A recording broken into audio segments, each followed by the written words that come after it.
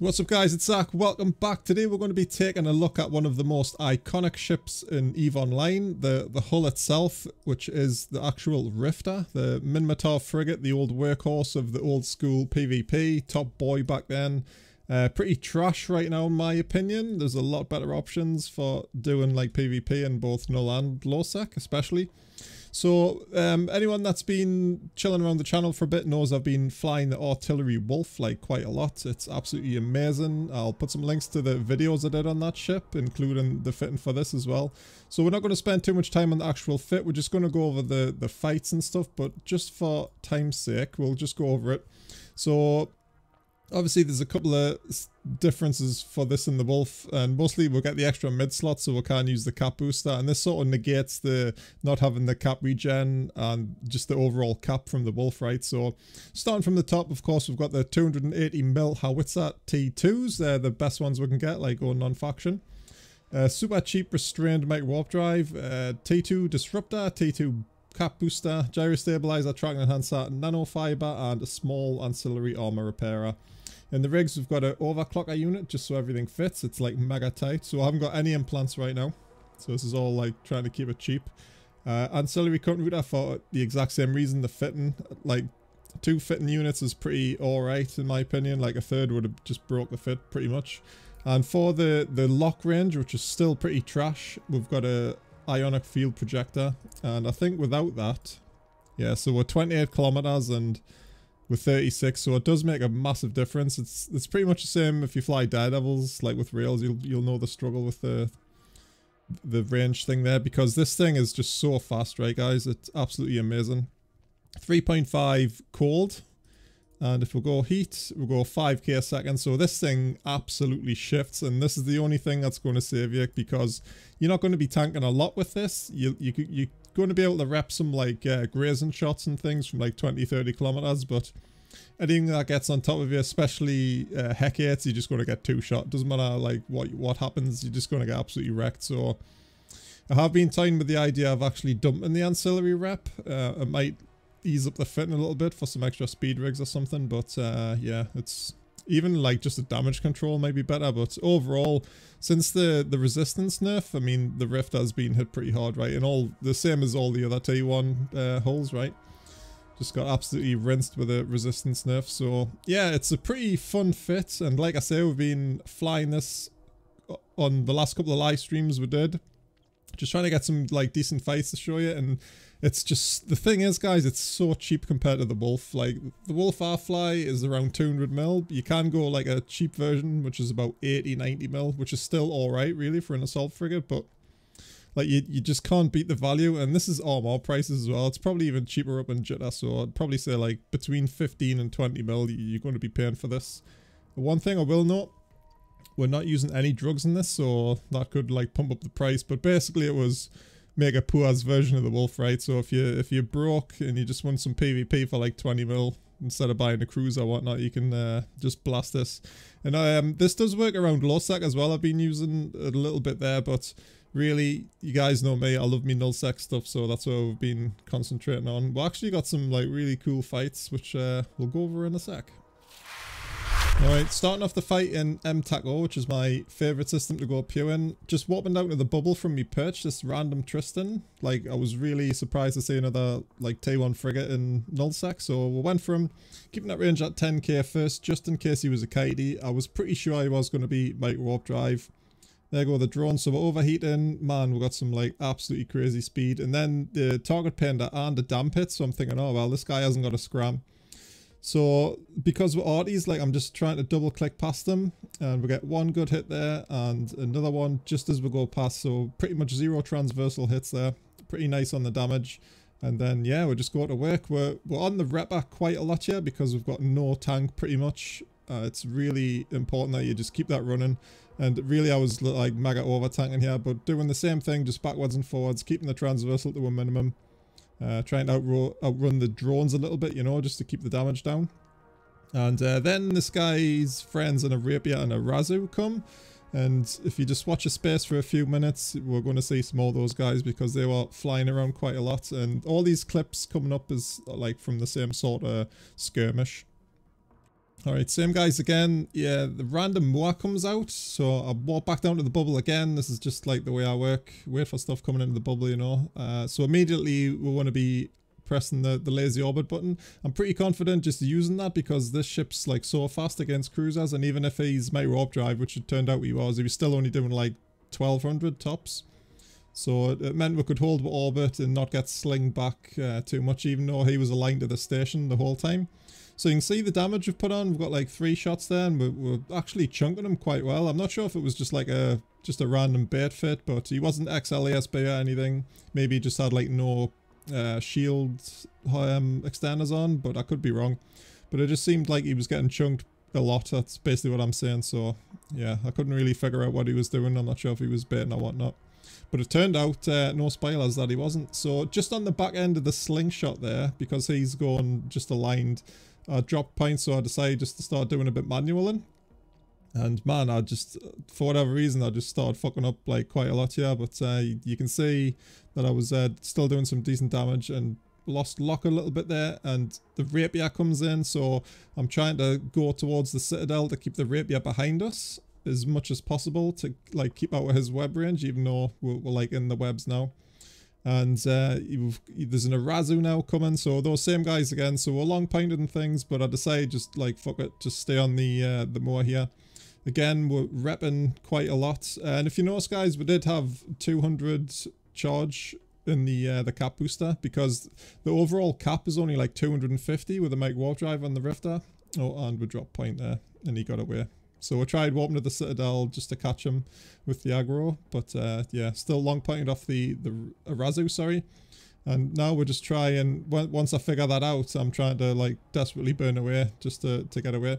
But back to the cap booster, so we do have the 200 charges in there instead of the usual 400 you would use in a small, and that's because the cap is only 250 gigajoules like all together because of the mighty warp drive, like I just said. So it makes sense to use the 2 rather than the 1 because you're just wasting all that charge, and it does actually keep the cap up pretty nicely, which is nice.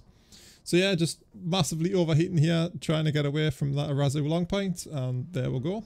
So yeah, that was a little fun fight from those guys once again. Alright, this next clip I'm going to play in its entirety, including even the like little downtime bits, so I can go through my thought process of what was actually happening. So this fight started on the EO gate. I've got some pings all over, but unfortunately not a ping close to this Naga, so we're just rage burning towards this guy. I'm not sure why I wasn't actually overheating, but he ends up warping to his own ping. We did have a little bit of a skirmish with these guys prior to me starting the record anyway, so. But we'll have a little look around here. There's a Gnosis, obviously we don't want to mess with him, but I'm pretty sure he's just like all DPS fit, you know, sitting in the bubble there. So usually in MO, there's a bubble on the Tazy gate from EO, and from Tazy there's a bubble to the EO gate. And I normally don't set these bubbles up, but these are really cool. They help me a lot. I've got some nice bookmarks around them, and you've seen this in the previous couple of clips, like warp went down to them when targets of opportunity come in. So yeah, so the Naga, I think he just jumped, right? So we're just waiting. Or he's going to jump there. There he is. Oh no, he's actually, yeah, he warped up to the gate. So we're just going to like lazy orbit this guy, get a point on him. I was thinking like there's no way he's going to actually engage here because he's sitting right next to the gate. And he's actually just going to reapproach the gate and jump. That's probably what's going to happen. That was like what was going through my mind right now. Keeping eyes on this Gnosis as well. He's definitely coming in a little bit closer. Well, he's aligned at least. And there he goes. So I decided to start opening a little bit closer just to get more damage onto the Naga. But he's obviously going to jump. And I didn't really want to get too close to him just in case he had like some sort of weird scram or a web or something. So it's not really worth it. It's just fun just like pewing around, you know. That's what's really cool about the Wolf and the Rifter here. It's just mega cheap fun. So we decided to go for the Gnosis. And then we'll go, the Rapier boys are back with the Arazu, so we're sort of like GG out of this. Hit a warp safe spot. So we're just chilling around here now. I'm trying to decide like what's going to happen. And there's a little shuttle jumps in there, and he warps up to what I think is the Tazy gate, right? So I'm thinking, right, he's going to land that bubble. There's no way shuttle's got interdiction. So I just literally warped myself into the bubble, and I use this tack quite a lot. And I'm just praying there's like obviously nothing up there, right? Because like the system is pretty busy normally. Like MTAC guys, it's really fun. If you just want to like dive into some PvP, it's a couple of jumps through low sec, not far from jitter. And it's usually like action packed, you know? So the shuttle unfortunately warped to the Citadel, so he didn't land in the bubble. But there is a little Synesius there, which I've not seen for like ages, which is pretty cool. And he actually warps up to the bubble in a second. There he goes. He's hitting warp. So yeah, we decided to start shooting this guy. So bearing in mind the Razu boys and the Rapier boys are still down there, so we're going to try and kill this guy pretty quick. Again, just starting the fight with a lazy orbit button just to figure out how he's fit. So he, again, like he didn't have a point, which was like really strange. These guys mustn't run points, so they must rely on the Irazu and everything just to come and help them, right? Unless he had a scram. I mean, he could have been scram, but he didn't really have like a massive tank. You can see I'm chunking him.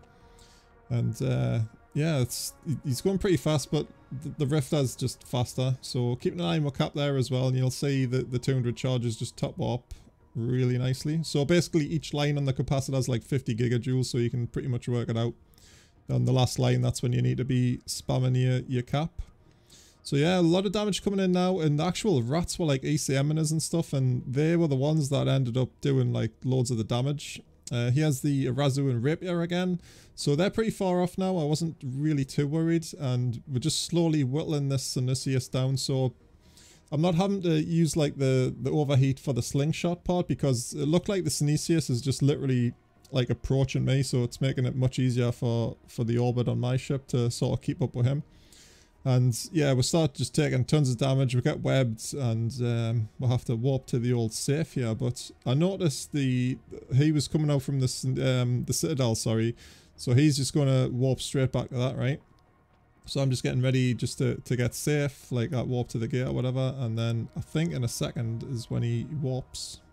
And then because we've got combat timers, he can't dock. So there goes one of the other ships as well, with Epithal. I noticed like there was a little suspect guy there as well. I didn't notice him at the time.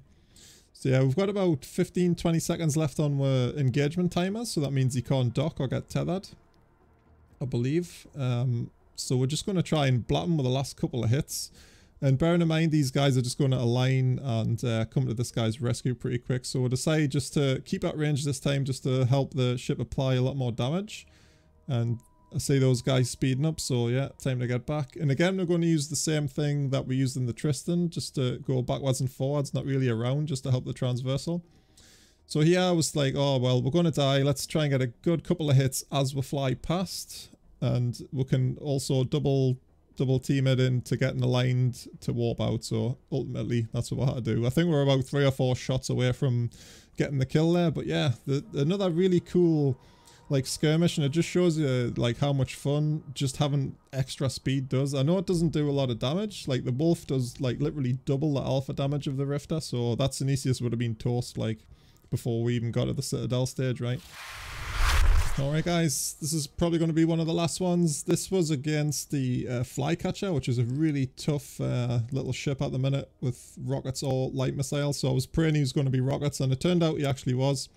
I descanned him just as I was traveling. I mean, I'd been roaming around for ages, and I was like mega bored at this point, so I was like, oh well, we'll go and whelp, you know, we'll see what happens. So he was actually killing someone as I was descanning and making a couple of saves, so he was part damaged, and like off the rats as well, he was taking some damage, so ideal opportunity for the Rifter to get some wrecking blows here. So I started off just orbiting, you know, just the usual, and you can get away with that. Again, I've said it quite a lot with the Wolf, you can get away with it quite a lot because the ship's like so fast and you can just overheat things and things. I'm not sure why my cap was like so bad looking at this. Maybe it was a bad roll on a drug from login or something. I've just literally looking at it now, realizing. So yeah, this guy's pretty much toast at the minute. I'm just waiting for him to like align out. He could have had a web on there if he had one, which could have been dangerous, but he's just like rage burning away, trying to pull range now, but overheat the points and the MWD, and ultimately get the last hit, even though we're TD'd off the rats now. So that was a sweet little kill after roaming around for ages. I'm sure if you do it yourself, having something like that after a long wait's really nice. So there we go, guys. The artillery Rifter striking again, doing some really cool skirmishing and flying just like a wolf, but in pause mode, right? So half the damage, the same speed, and 0 tank pretty much compared to the wolf. But get some friends together. 15-20 mil is nothing for a ship that can do what this ship can do. And if you're pretty good at flying and stuff, and again, depending on what you're shooting, the lazy orbit button's always the option. So yeah, hope you enjoyed it, guys. We're going to be moving on to the artillery Cinnable next. That's been a request and something I've actually just wanted to do for a long time. But we're going to be flying it with support, so I'm going to be reaching out to some community members to come and fly like a hyena or something, or a rapier, you know, just to show you what the artillery Cinnable can do. And we're going to be going pretty try hard with it. So yeah, enough of this fun stuff. Let's get some kills, boys. But in the meantime, thanks for watching, guys, and I'll see you in the next one.